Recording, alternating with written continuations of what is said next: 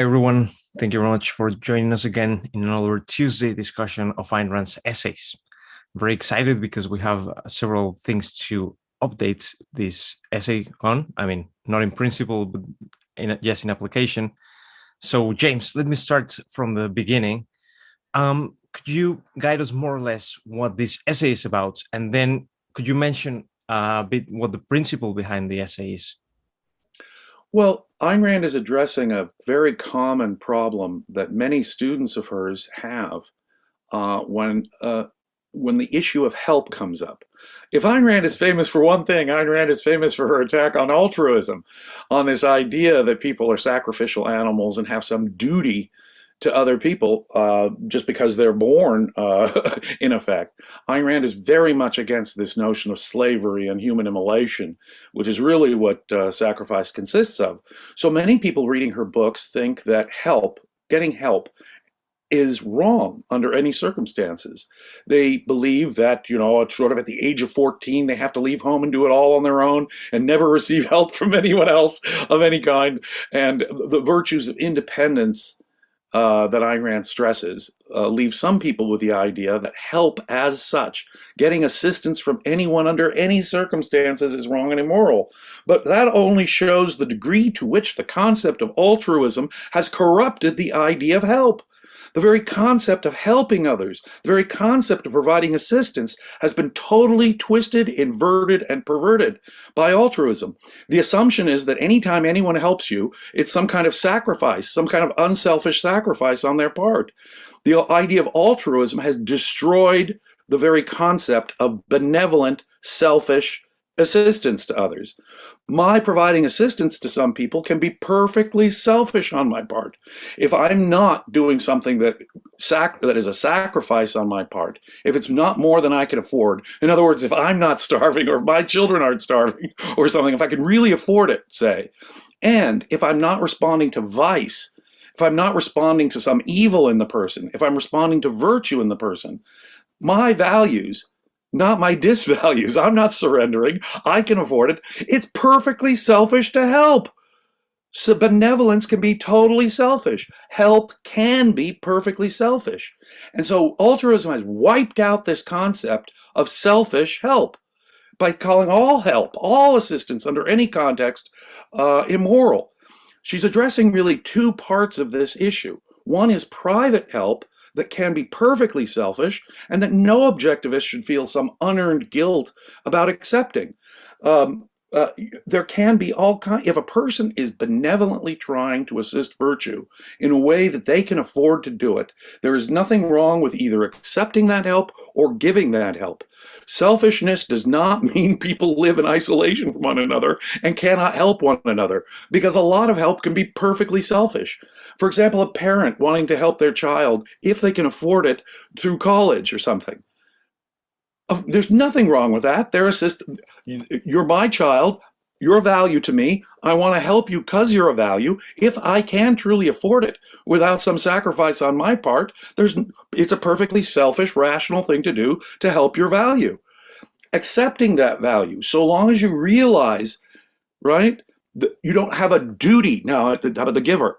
So long as you don't expect it and demand it as some kind of duty on the part of the giver, so long as you understand that it is a response to your virtue, then it's perfectly okay to accept the help. Now, if I accept a gift or if I accept a loan that I probably couldn't get from a bank from somebody, is there anything wrong with that? Absolutely nothing wrong with that. Absolutely nothing wrong with that. Of course, the issue is different and becomes more complex when it's government assistance. Government obtains its funds by force. It is in effect stolen property. And so from the objectivist perspective, to accept help, government help, is a totally different issue. It raises totally different moral questions. Is it wrong to knowingly accept stolen property? Yeah, you are assisting a thief. If I'm going to take property I know is stolen, if I'm going to purchase it at some discount or get it from someone who I know stole the property, I am an accessory to that theft. So from that perspective, is it okay to ever accept government help? Because it's all taken by coercion and theft and force. So it raises it raises an actually interesting, complex issue, but she's dealing with both issues here. When is it okay to accept help? And here the issue is a question not of, a lot of people blame themselves for living in a bad society. I can't help this world of injustice in which people are being expropriated from and other people are getting the unearned. So any participation in that might make me feel guilty, might make me feel bad for doing it. Ayn Rand is saying, no, no, no. If the government has taken a monopoly of all streets, for example, if all the roads, streets, and highways are absolutely the government's monopoly by law, and you are being forced to pay for those streets and roads through your taxes or through inflation or something, you're the one being forced to pay for it. Will the logic be you have no right to use the roads because you oppose government roads? Well, that's insane. So the question becomes, when is it okay to accept government assistance and when is it not okay to accept government assistance? And that's a somewhat complex issue that Ayn Rand gets into in this essay. Yeah, it reminded me back when I was living in Mexico City, and there's always this horror story when someone gets stolen a bike or a part of their own car, and then they see the same part of the car being sold like next to their door. Would you think that it's immoral for you to take it back again or to sell Yeah. it back? All other things being equal, you have every right to use reasonable force to reacquire property that was stolen from you. The law recognizes that even. When the law is against you in that way, you are in a difficult position because your private moral right to take back something that was stolen from you, my bike gets stolen. I see across the street, there's my bike with all the distinctive marks I put on it. I know it's my bike. I have every moral right to go back and take it. Now, is it wise to do under every circumstance? Well, again, that would depend upon the government's attitude. Are they going to regard you as the thief, for example? And so you have to think through each context on its own as to whether it's selfish in that context to do it. But do you, in general, have a moral right to take back what was stolen from you? You absolutely do. And that moral right does not depend upon the legal situation you find yourself in your country. That may change the practical situation. Will I do it under this circumstance? Because I may be getting more trouble than the bike is worth. But that's a particular case. But in the abstract, all other things being equal, you have absolutely every moral right to take back what was your property by force. Now, you can't use excessive force. You can't kill the guy just to get your bike back, right? You can go over and take your bike back, though. There's nothing wrong with that. And that's what this comes to. When government has taken money to provide a service from you, and you regard it as a form of restitution and not a form of duty, and you oppose the program, that is to say, you vote against it, when asked your opinion, I oppose it. Whenever you give your opinion, this is evil and should be gotten rid of, then you have every right to take it back because you are a victim. Victims of government theft have every right to get restitution. When it comes to something like, say, a government scholarship for college or a government guaranteed student loan for university, something like that, you are simply getting back a small fraction of what the government has taken and will be taking from you for the course of your lifetime. And it doesn't matter whether, Ayn Rand makes a really great point here, it does not matter in the slightest whether you have so far paid in enough to make it restitution. One, there's no way to calculate it. And that's in the very nature of the way the government takes it from you. I don't know if all the hidden taxes and direct taxes up to that point have amounted for this. I do know I will continue for as long as I live to have to pay these. On the other hand, what about my parents who want to offer me college? What about all the taxes they had to pay?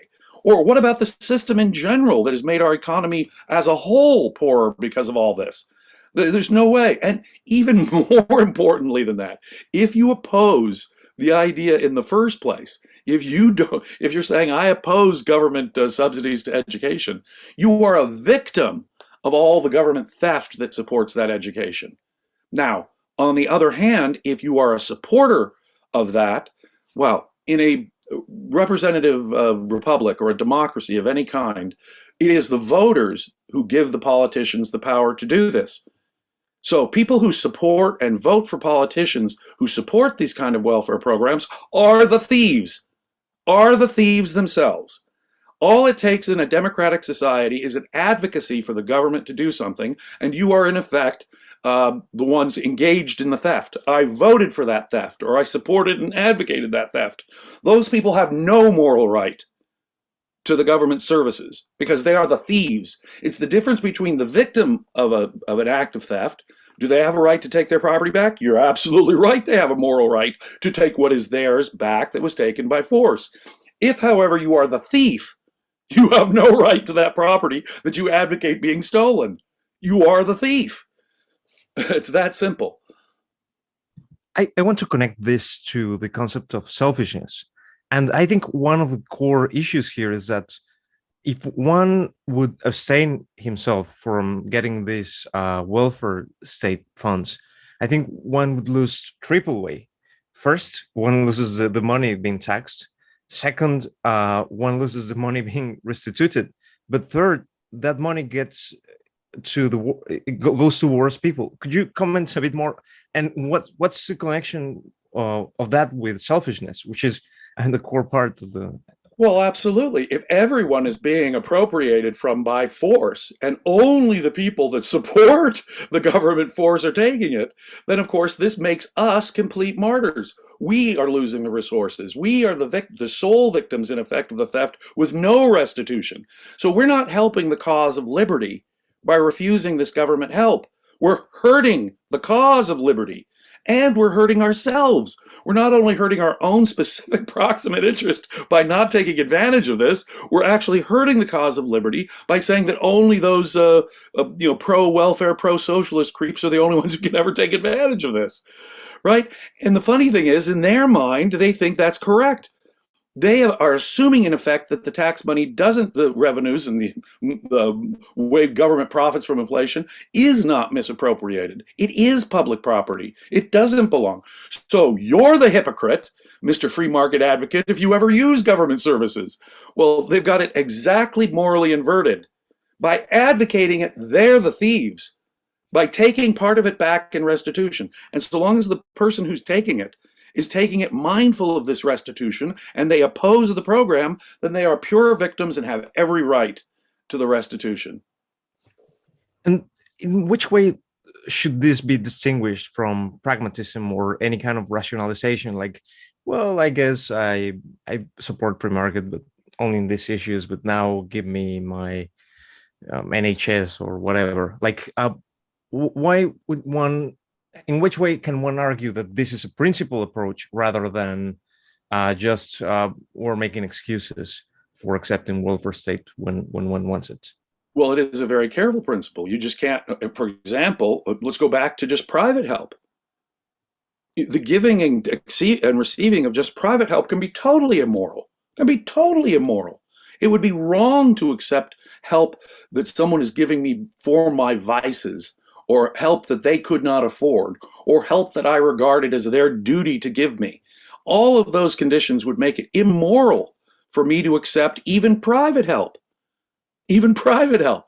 No, when it comes to public help, the idea that somehow I'm being unprincipled if I'm following these rules is just the opposite. Just the opposite. Again, the moral inversion here is an inversion of principle. Were I to accept any government help under any circumstances to any degree, right? For example, I'm a specific company, corporation, and I get a unique benefit, right? Certain companies are singled out for a benefit from the government, and only they get it. And I go to the government and advocate that, yes, only my company get this benefit. That would be immoral. You're asking for a special privilege for you from funds taken by force from others. There would be a clear example of accepting government help that would be immoral. You are in effect acting as a thief, not as someone getting restitution back. So it's all hinges on principle here.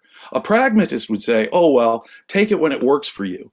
It has nothing to do with your attitude about whether you oppose the program, whether you regard it as restitution, or whether the people here were unfairly or sacrificially appropriated from.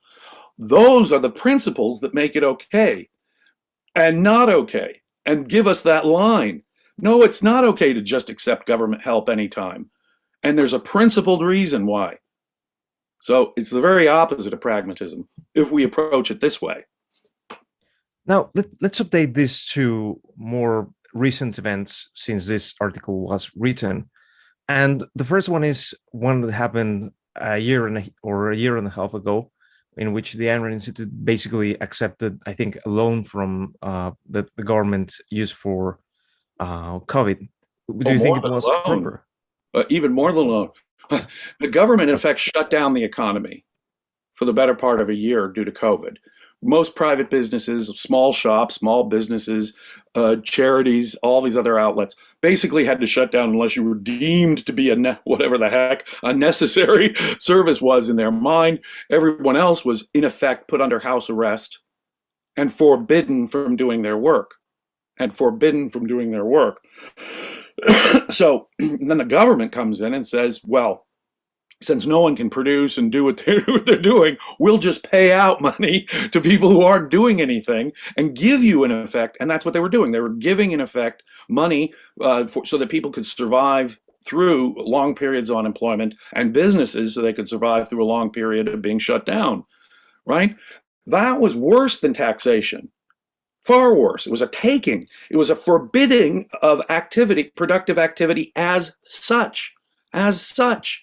More than that, for someone like ARI, right, the tax laws are so construed that you can't be for profit, right, and get certain charitable deduction donations, right? Your status determines your tax status, in effect. So ARI could not, for example, under our corrupt tax laws, engage in profitable, profit-making activities and still accept donations in the same way. So they've set up this tax system wherein ARI is cornered, in effect, like a lot of charity organizations are, cornered, in effect, not to engage in certain activities and be completely dependent upon their donors. And then their donors have been put out of work, their shops have been closed down, they're unemployed, so they can't get any donations. So now the government has shut down revenue sources by force that ARI depends upon, and is now offering everybody who's been shut down the same benefit. There is absolutely nothing wrong in taking that COVID relief money. Absolutely. It was the government who stole all of your ability to make money, in effect, or substantially affect your money, in effect, for that period of time. They have engaged in theft, and now they're offering you part of it back in restitution. So long as you regard it as restitution, so long as you oppose the COVID lockdowns, it's perfectly okay to accept that help based upon the very moral reasoning that Ayn Rand gave here. There's no question about it. Now, I hate to even mention the Atlas Society, but another allegedly or objectivist organization opposed and viciously, publicly attacked Ayn Rand, the Ayn Rand Institute, for accepting the COVID relief money, saying that they stand on principle. Well, they stand on perfectly altruistic, rationalistic principles, intrinsic religious principles, if you ask me. They require free market people to be martyrs, in effect. They require starvation, in effect. They're, in effect, saying you can't use the roads that you paid for and government has monopolized, right? They are saying that exactly the opposite of what Ayn Rand is saying here and calling themselves an Ayn Rand advocating organization. Total hypocrisy, a total religious approach to the matter, a total misunderstanding of altruism, which smears Ayn Rand's understanding of altruism and benevolence as such. So no, ARI did nothing wrong. In fact, ARI has a duty to its donors, in effect, to stay in existence. Right? Who in effect supports ARI but their donors? Those donors are getting, in effect, unfairly, unjustly, having the value of ARI taken away from them if ARI does not take advantage of the COVID relief money. Apparently, the Atlas Society doesn't care about their donors and are perfectly willing to let their donors be martyrs to the COVID lockdowns and these totalitarian laws. So, in my mind, they were in effect sanctioning totalitarianism, defending a religious approach to ethics, and all in the name of Ayn Rand and their attack on the Ayn Rand Institute. Perfectly disgusting. Yeah, and I mean, sorry, I don't want to give them more time that they deserve. They deserve more awful things to be said about them. But let's talk about Medicaid and Ayn Rand. I'm not sure if this is correct that she took it, but even if she had taken it, do you think, based on this idea that in the essay, would it have been moral for her to take it? Well, Ayn Rand would have been wrong, unselfish, and by her own standards, foolish not to take Social Security. She did not, a lot of, when you read it online, the smears of Ayn Rand online are mostly fact free, floating arbitrary assertions. They will assert that she was taking welfare or Medicaid, which is a different program for the poor, as opposed to Medicare, which is sort of the mandatory system that all retired older and disabled people are put on in America. It's not even mostly a choice on their part. Social Security is absolutely no choice. Money is taken away from, in the United States, for the retirement insurance program that we have, money is taken out of your paycheck, every paycheck, so and it goes into this fund, and this fund, in effect, will pay you back when you retire a retirement pension. So the whole idea is we're taking from you to give back to you as a form of unemployment insurance. Ayn Rand did take Social Security, but she'd been paying into it. She'd had all kinds of jobs in her life. She'd been paying into it for decades. What she was going to get back from it may have absolutely no relation to what she put in, but she was putting in and putting in probably a lot more than she was ever going to get out of it. But the idea that because I oppose Social Security in principle means I can't get any of my money back that has been taken from me for decades is just absolutely morally insane. A principled advocate of the free market does not need to be a silent victim of martyrdom, as they are the only people who can't take advantage of getting their own money back that was promised to them. So, yes, Ayn Rand took Social Security like nearly all Americans take their Social Security. I suppose she could have refused it, not cashed the checks. But she says there's nothing morally wrong with cashing those checks. It's just a small fraction of the restitution of what was taken from you. And think about it. The government not only takes in direct form, the Social Security tax, they take income tax, they take sales tax, or consider inflation. Government creates inflation. Think of all the insidious ways government is stealing from us over and over and over. When you add that all together, generally speaking, productive people like Ayn Rand are taking back only a small pittance of what was taken from them. And this is more or less related to one of the arguments that I've seen quoted the most for increasing taxes to certain people. Like, for instance, I have heard about taxing more companies like Amazon or something that rely a lot on trucks because they use the roads and they use it more, so we should tax them more. But don't you think that's like crazy? Like, in the sense that they have paid for way much more for those roads than any other person. Well, there are taxation theories which are a little better, I suppose, and no tax is moral, it's theft, right? No taking of the fruits of someone's labor by force against their will is moral. On the other hand, let's say the original idea, for example, in California gas taxes, there was a petrol tax in California that was placed, and they dedicated it only to the roads. And the idea was only people who use the roads will thus be paying for the roads. Well, there's an interesting idea. The people who use the roads most are the ones who pay for the roads most, right? The more gas you buy, petrol you buy, the more you're using the roads. That seems a little more rational. It's still an immoral system in my mind. It's still by force and it's still collectivized. But I would say that is a slightly better system than this everyone pays for everything. A user fee, in other words, if getting into the park, they charge me and the park is supported only by that user fee, that's at least a little morally better than having everyone pay for it as such, in my mind. But does that make sense? Yes, I think my point was going to something more on the idea that it's like some sort of original sin in the welfare states. Like, well, you went to the state government school, you at some point relied on whatever welfare program to go, you have your driver's license, whatever happened, that you were related to the government. So shut up, comply, Shut up and comply. Don't advocate for the free market because you are not making these things. What do you think about that? No, I think you're absolutely right. Once the government has started taking it and supporting it by force, and of course, even the example that I used has been utterly corrupted. They use the petrol tax revenues for things other than roads, for example. That dedicated use didn't last for long because in their minds, of course, it's just public property. Once we take your money in effect is not even yours. The government can take whatever it wants, whatever percentage of your income or whatever percentage of whatever you buy. They can take a chunk of it and it's up to them because guess what? It's their money.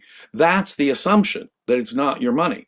So you're absolutely right. Once they start taking money, right, then obviously there's nothing wrong with using the government roads, and their restrictions on your use of that are what's immoral.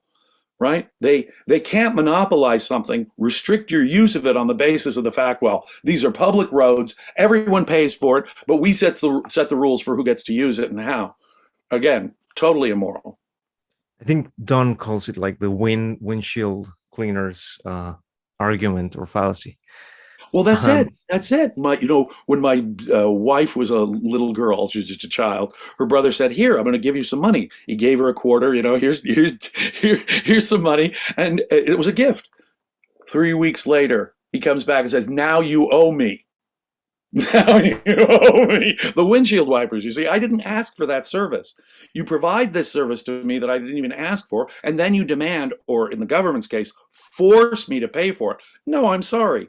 I am not obliged to pay for some gift after the fact simply because you thrust it on me. Wrong. In fact, you took your money by force. That's stolen goods. What about working for the government? Public schools. What about the Fed? What about the Treasury Department? Do you think that would be legitimate jobs? Ayn Rand makes a very, very key distinction to talk about an anti-pragmatist approach. She has a very principled approach to this topic. When the government takes over, in effect, something that could and should be done on the private market, something that is a good thing as such. Take education, take medicine. If you have a national health service, and most of the doctors can only get jobs through a national health service, or you have a public education system, and most teachers can only find employment through public school jobs, there's nothing wrong with taking that job. Obviously, the government has forced out, or at least mostly forced out, a private field in the area. And if the government is forced out a perfectly legitimate task that the government really shouldn't be doing at all, but would be legitimate if the government were doing it, that is perfectly okay to take that kind of a job. That's perfectly okay to take that kind of a job. If, however, you are ideologically supporting the government's role in this, that changes matters. That changes matters. And then there's another principle here. What if it's something the government shouldn't be doing at all? She gives examples like the Federal Trade Commission and the Federal Communications Commission. There should be no such regulator. There should be no such agency. All they do is bad and immoral and wrong. Then taking that job is inherently wrong and should not be done because it requires you to be an ideological enforcer of the wrong. In effect, one of these thieves. You're no longer a victim of the theft. You're a thief. Whereas if the government has taken over education or taken over medicine and you want to be a teacher or a doctor, what they've done is to, in effect, forced you to take one of their jobs. And so there it's a question, it's not a question of necessarily the factual moment there, is it a government job? It's a question of your ideological stand toward that job, right? A job like the Federal Reserve? No, there's no good Federal Reserve policy. There is no good Federal Reserve policy. You print too much money, you're stealing people. You print too little money, you're affecting the economy negatively. There's no correct government manipulation of the money supply. So to be a policymaker for the Federal Reserve, for example, would be like that. It would be an inherently immoral thing to do. You are, in effect, one of the thieves, not one of the victims. So do you think that Darth Vader, or as we call him, Alan Greenspan, did he Was he right in accepting his role? Well, let me put it this way. If I were, I would, even if I were a famous monetary economist, I don't think I'd take the job at all because I think there's no good policy here. On the other hand, if I did take the job and spend 24/7, 7 days a week, 24 hours a day saying, gold standard, we need commodity money, this must be eliminated. And every time I testified before Congress and at every open market meeting, I said, no, this is wrong. Any manipulation of the money supply is wrong. We should destroy ourselves. Then maybe it would have been okay. But he did not do that. He did not do that. In fact, he said things quite the opposite, talking about, free market myths and so forth about the money. No, that is not the correct approach. He clearly became one of these government thieves. He became a counterfeiter in my mind. He became no better than a private counterfeiter, only on a vaster scale, because now he's advocating a system by which the money supply gets manipulated and people's savings are ripped off. And there's also something more or less related to this, which is the scientist who gets funds from the government to make scientific research. And lately, I mean, not lately, but for decades, the climate issue has been going on. And my understanding is, for instance, that the IPCC, which is the main report on climate science, has good science, but the core issue is that it's badly misinterpreted through several layers of the summary and then the reports, the interpretations of the media, and then the people who tweet about the reports on the media.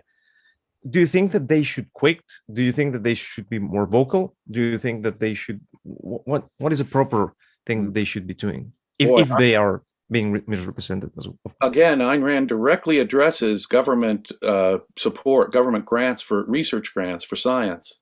Scientific research grants, study research grants that are offered by the government are a complex matter. But again, it's not, if the government is, and here is absolutely the case, especially since Ayn Rand wrote in 1966, more and more government research has been gobbled up by government. They've crowded out, in effect, private research. When she was writing, there was a great deal of private research being done at private corporations and universities, right? It wasn't government funded necessarily, but private funded. And that has dried up and largely vanished. And now most of the scientific research is funded by government. And Ayn Rand is very sensitive to that situation. Again, you are a victim if you can't, like the teacher or the doctor whose field is being crowded out, in effect, by the government takeover. There's nothing wrong with taking a government research grant, so long as it doesn't affect what you're doing, so long as it doesn't affect your judgment, your values, your principles, what you're studying, or your principled approach against such subsidies. When it starts affecting your mind, when it starts affecting the agenda of what you're doing, then you have to stop. You have to stop and you have to say to yourself, now I'm just an agent of government, not an agent of the truth or science, that the whole purpose I was getting the grant for. In the case of global warming, this has become particularly bad in recent decades. Ayn Rand did not foresee the degree to which, for example, government would be funding research that supports a certain scientific narrative and denying funding that doesn't support it. But there is still good climate science, as you point out, going on out there. It just doesn't get interpreted properly. It just doesn't get the same media play. So yes, under those circumstances, I would say that the scientist has a sort of a moral obligation at that point to speak up. Hey, my study was misinterpreted. My study was misrepresented in a certain way. My study is being twisted or moved to advocate something that it really doesn't imply. You do have that kind of, but look at what happens. If you were to do that, you're less likely to get more government research money, and they've now basically taken over the field of environmental research. So it puts you in a catch-22.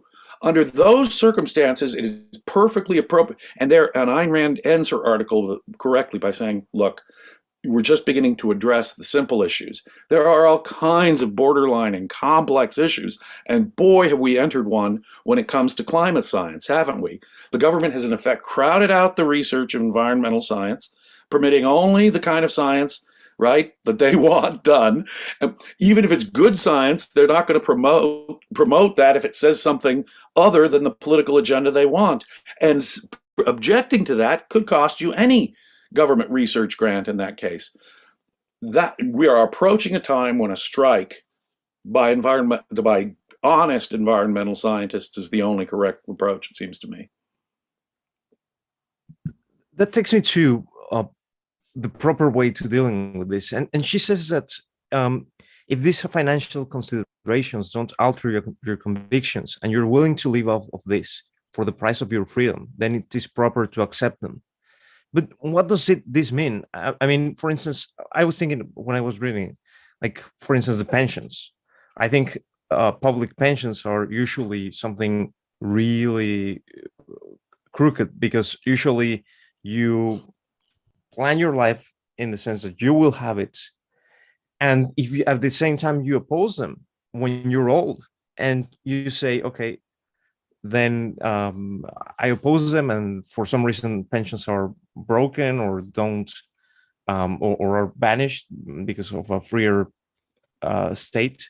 Do you think it would be proper for you to say, well, now I'm broken, I don't have all the money that I was planning on? Do you think that would be the proper way to address this, or is it something different? My advocacy for the phasing out of, for example, retirement insurance, government retirement insurance in my country would be to take a certain age as a cutoff. And you say at that age, you know, if you're under 30 or 35, I'm sorry, you're just SOL, you're bad luck, but because you still have time to prepare for your retirement. After, and I'm not going to make up the age because I really don't know the specific economics on this, but as you reach a certain age, we just lock that in and we say, no, we made that promise, you relied on that promise, and therefore we will be true to at least what we'd promised. Now, could it also be means tested? That is to say, look, I'm 58. I'm approaching Social Security age. I, however, don't necessarily need the Social Security.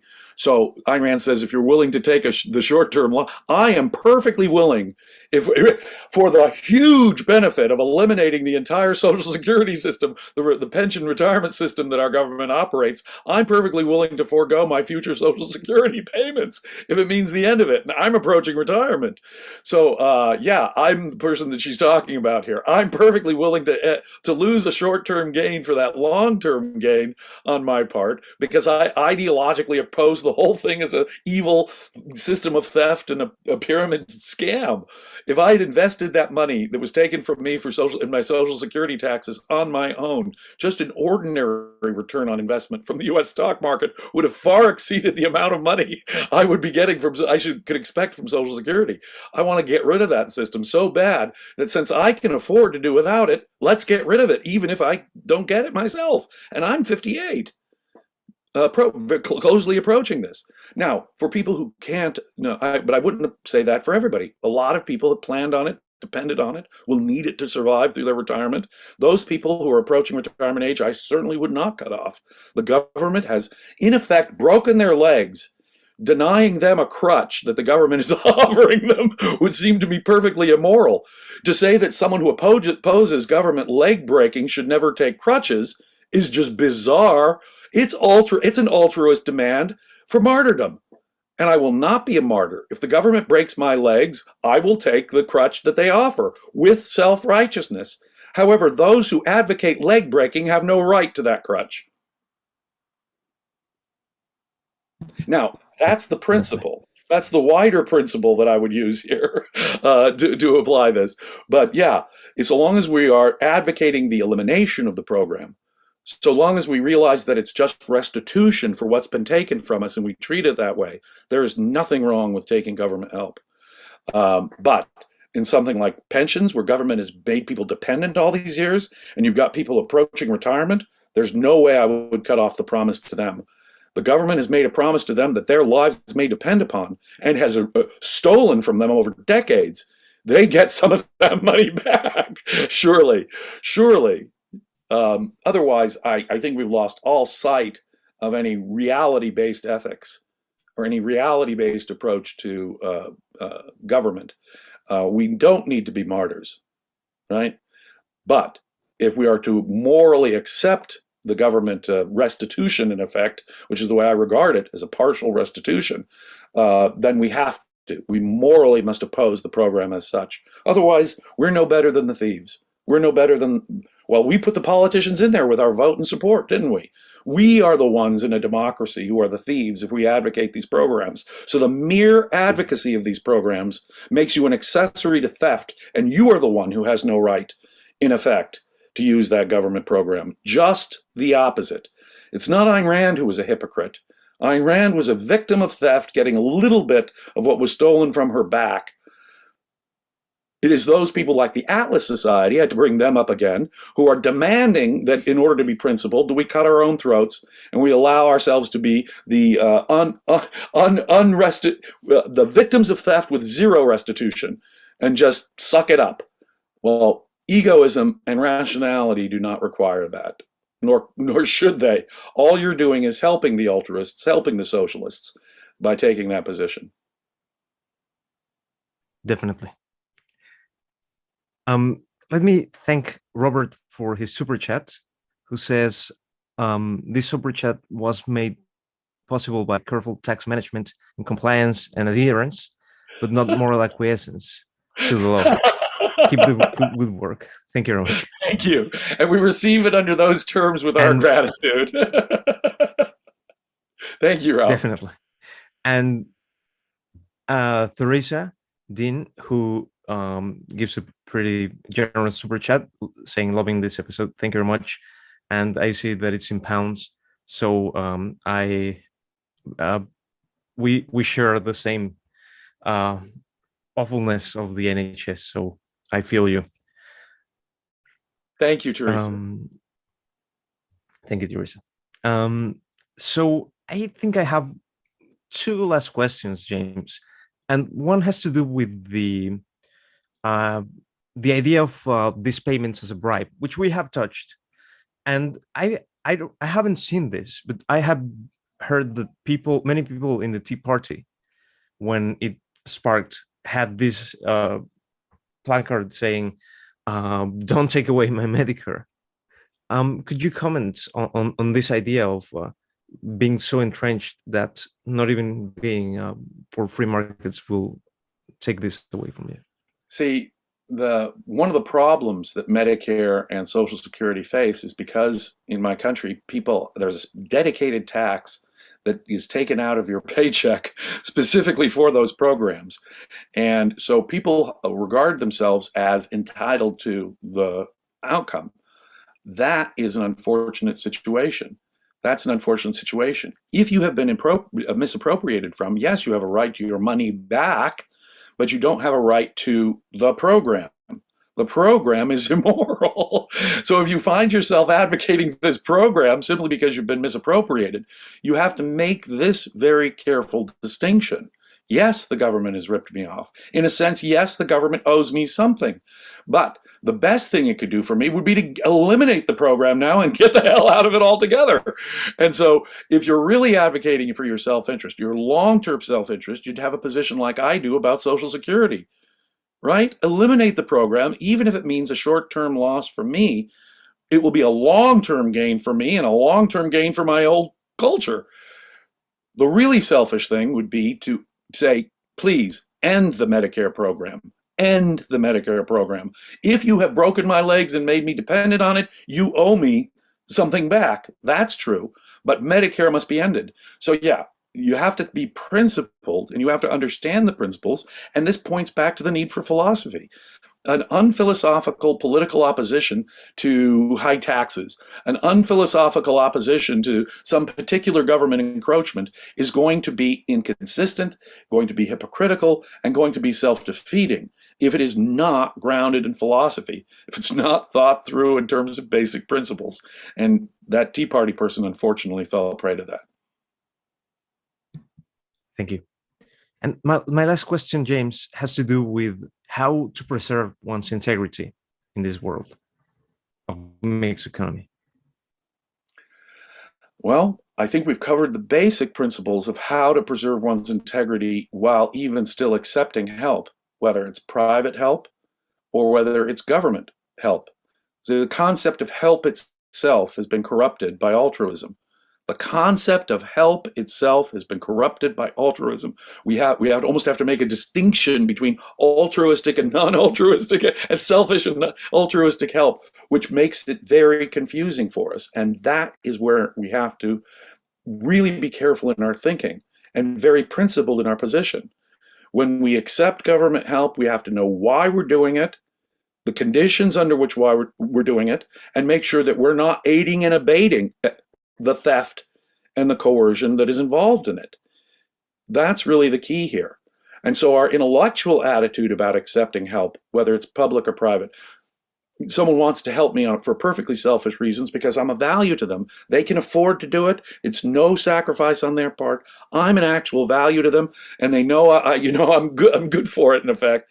Then there's nothing wrong with that at all. It's a good thing. It's a virtuous thing to help your values, your other human values, so long as it is not sacrificial on anyone's part, and so long as the recipient understands that he has no moral claim or duty, or the other person has no duty to give it to them. That's what it amounts to. Maintaining your integrity here is an intellectual matter so that you can know when it is you're aiding and abetting some altruism or some theft, or whether you're simply involved in a selfish transaction or a selfish restitution of what is yours. Thank you very much, James. Does that make sense? It does. Is there anything else that you wanted to discuss that maybe we didn't cover?